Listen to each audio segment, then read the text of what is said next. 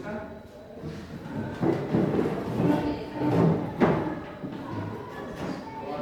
Kalau ada sampah di lantai silakan diikuti di tabung semua.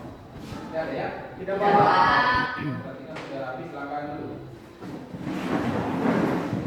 Saya tetap memperhatikan ini karena biasanya di mengikuti maka kita nyaman untuk belajar. Hari ini kita masuk pada materi kita mengenai keseimbangan dan struktur pasar. Nah, jadi sebelum kita masuk pada materi kita, Bapak dulu mau bertanya atau ingin mulai dulu apa masalahnya materi yang sudah kita pelajari sebelumnya. Siapa yang bisa memberikan tanggapan terkait materi yang sudah kita pelajari sebelumnya? Saya, Pak. Oke, silakan. Materi kita minggu yang lalu yaitu tentang sistem perekonomian Indonesia, di mana sistem perekonomian Indonesia itu menganut sistem demokrasi ekonomi Pancasila, yang artinya kegiatan ekonomi dilakukan dari, oleh dan untuk rakyat. Pemerintah berperan sebagai pelaku ekonomi, sekaligus mengatur dan mengawasi kegiatan ekonomi di Indonesia. Nah, itu ya, berarti itu materi kita minggu yang lalu mengenai sistem perekonomian di Indonesia. Jadi saya berharap materi-materi yang telah kita pelajari sebelumnya supaya tetap diingat dan tetap dipelajari di rumah. Kita masuk pada materi kita yaitu mengenai keseimbangan dan struktur pasar. Bapak dulu menjelaskan apa saja kompetensi dasar, indikator dan tujuan pembelajaran kita hari ini. Pada materi kita hari ini, kompetensi dasar kita yaitu mendeskripsikan terbentuknya keseimbangan pasar dan struktur pasar. Kita lanjut. Indikator pencapaian kompetensi. Jelaskan proses terbentuknya keseimbangan pasar. Yang selanjutnya menjelaskan peran ilmu pengetahuan terhadap perubahan jenis dan struktur pasar. Itu adalah indikator pencapaian kompetensi kita hari ini. Selanjutnya, kita juga ada 3 tujuan pembelajaran hari ini. Yang pertama, melalui menyimak video pembelajaran, siswa dapat mendeskripsikan pengertian macam-macam peran dan struktur pasar dalam perekonomian. Itu adalah tujuan daripada pembelajaran kita hari ini. Nah, Bapak coba menjelaskan sedikit mengenai keseimbangan dan struktur pasar, di mana konsep keseimbangan pasar itu atau market equilibrium itu adalah sebagai suatu kondisi di mana jumlah penawaran sama besar dengan jumlah permintaan atau jumlah barang yang diminta sesuai dengan besaran harga yang ditawarkan.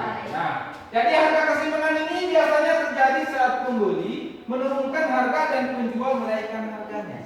Hal ini terus terjadi sampai akhirnya ada harga yang disepakati. Istilahnya keseimbangan pasar ini atau harga pasar ini adalah sebuah kondisi di mana barang yang ingin dibeli oleh pembeli itu memiliki harga yang sama dengan harga yang ditawarkan oleh penjual.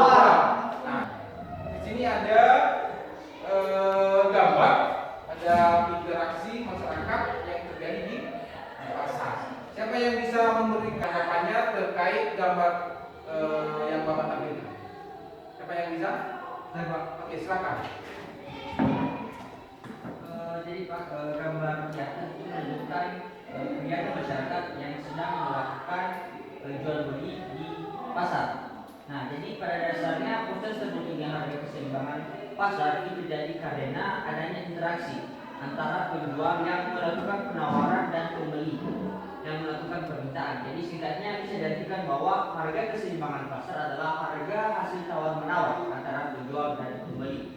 Jadi dengan kata lain juga, yang bertindak sebagai permintaan adalah pembeli, sedangkan penjual sebagai penawaran. Jadi ketika terjadi transaksi antara pembeli dan penjual, maka keduanya akan sepakat sehingga terjadilah transaksi pada harga tertentu hasil dari proses tawar menawar. Baik, sangat bagus sekali. Jadi di sini bisa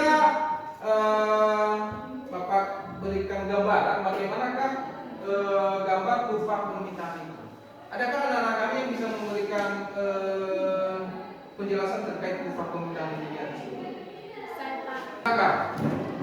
Di mana kurva maka permintaan itu adalah grafik hubungan antara harga suatu produk dan permintaan konsumen dalam kurun waktu tertentu. Yang artinya, jika harga suatu barang naik, maka permintaan terhadap barang itu akan turun. Sebaliknya, apabila harga suatu barang turun, maka permintaan terhadap barang tersebut akan meningkat. Baik, terima kasih, sangat bagus sekali. Nah, jadi sesuai dengan penjelasan teman kalian si Rizka, bahwa kurva permintaan itu menunjukkan bahwa apabila harga suatu barang naik, maka permintaan terhadap barang tersebut akan turun.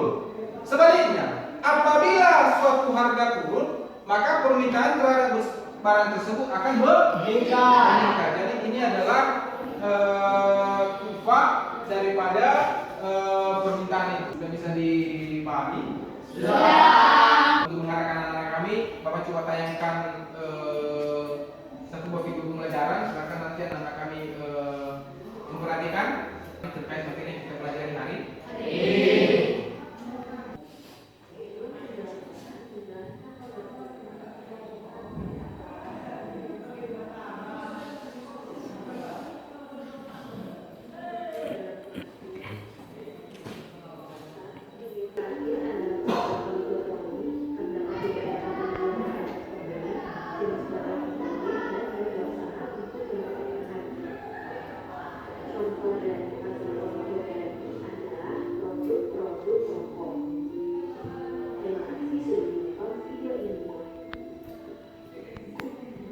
Nah, baik, bagaimana? Sudah diperhatikan tadi videonya?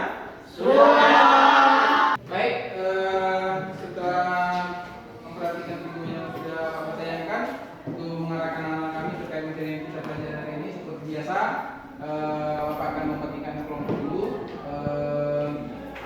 kelompok yang sudah minggu yang lalu. Jadi untuk mempersingkat kita, silakan kepada anak kami untuk gabung di kelompok masing-masing. Silakan. Baik, sudah bergabung di kelompoknya masing-masing? Sudah. Bapak akan membagikan KKPD. Jadi di KKPD ini nanti ada beberapa pertanyaan. Silakan anak-anak kami mendiskusikannya bersama dengan kelompok masing-masingnya. Kelompok satu. Baik, sebelumnya dulu, silakan dulu ya KPD-nya diperhatikan dan dipelajari. Kalau ada hal-hal yang kurang dipahami, silakan ditanyakan. Pak, ada pertanyaan Pak. Oke, silakan. Pak, untuk membantu kami dalam siskan soalnya, apakah kami boleh menggunakan media lain seperti internet? Oke, silakan dulu. Baik, untuk mengarahkan anak kami dulu dalam kegiatan diskusi, untuk menambah referensi anak kami, kalau ada yang membawa handphone, silakan mencari bahan referensi di internet. Misalnya, Pak.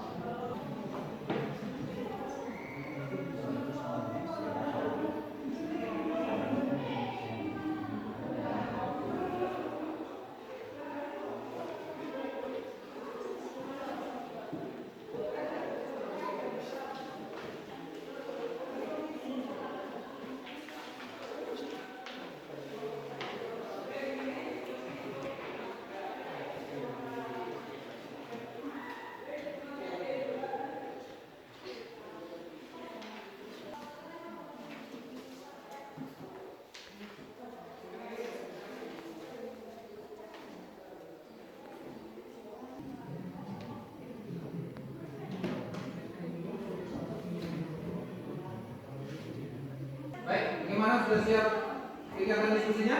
Sudah. Kelompok mana yang mau tampil?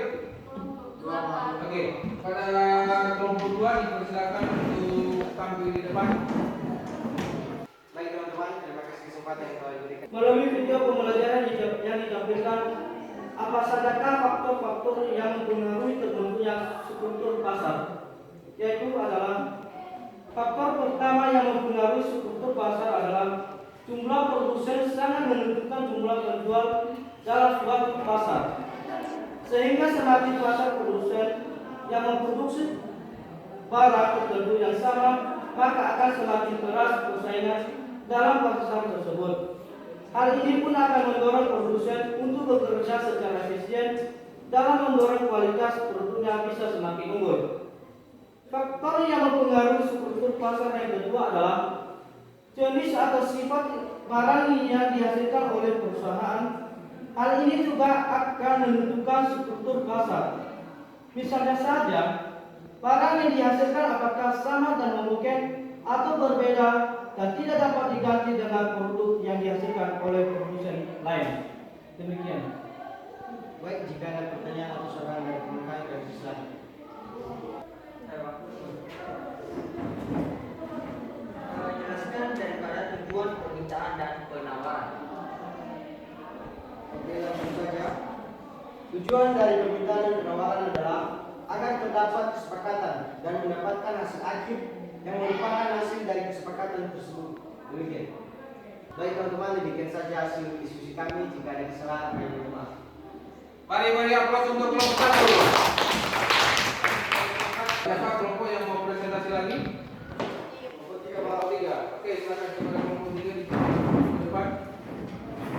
Baik, terima kasih kesempatan yang telah diberikan kepada kami untuk mempresentasikan hasil diskusi kami dari kelompok 3 yang dijelaskan oleh teman kami Ajung Halama. Baik teman-teman, kami akan mempresentasikan hasil diskusi kami dari kelompok 3, di mana pertanyaan yang pertama, bagaimana proses terbentuknya keseimbangan pasar dan struktur pasar?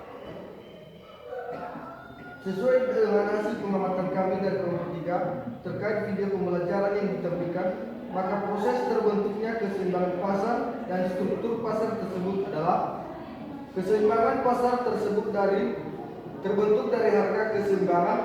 Harga keseimbangan itu adalah harga di mana konsumen atau produsen sama-sama tidak ingin menambah atau mengurangi barang atau jasa yang dijual atau dikonsumsi.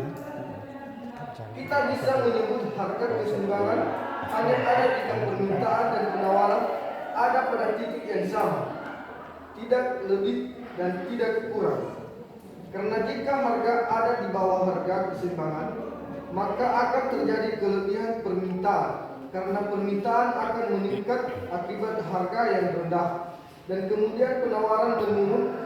Sebaliknya, jika harga pasar melebihi harga keseimbangan, maka akan terjadi kelebihan penawaran, tetapi konsumen enggan membeli atau jumlah permintaan menurun. Baik, jika ada pertanyaan dan silakan dipersatu. Baik, dari kelompok 4, silakan. Apa yang dimaksud dengan penawaran?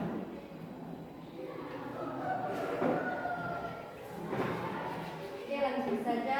Pertanyaannya itu, apa yang dimaksud dengan penawaran? Penawaran adalah banyaknya barang atau jasa yang tersedia dan dapat ditawarkan oleh produsen kepada konsumen pada setiap tingkat harga selama periode waktu tertentu.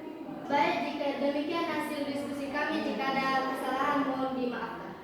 Mari beri aplaus untuk kelompok 3. Baik, sebelum kita mengakhiri kegiatan pembelajaran kita pada hari ini, siapa yang bisa memberikan kesimpulan dari materi kita yang sudah kita pelajari hari ini? Oke, silakan. Rangkuman atau kesimpulan akhir dari pembelajaran kita hari ini adalah harga keseimbangan terjadi karena adanya interaksi antara penjual yang melakukan penawaran dan pembeli yang melakukan permintaan. Hal yang perlu dicatat adalah bahwa proses interaksi ini harus dilakukan secara wajar. Maksudnya, interaksi tawar-menawar dilakukan tanpa adanya tekanan hingga merugikan salah satu pihak. Adapun faktor yang mempengaruhi harga keseimbangan antara lain. Yang pertama, permintaan terhadap barang atau jasa bertambah, tetapi jumlah barang atau jasa terbatas. Yang kedua itu tinggi rendahnya biaya produksi. Yang ketiga, pandangan akan masa depan dari produsen atau konsumen. Dan terakhir itu produsen mengetahui selera konsumen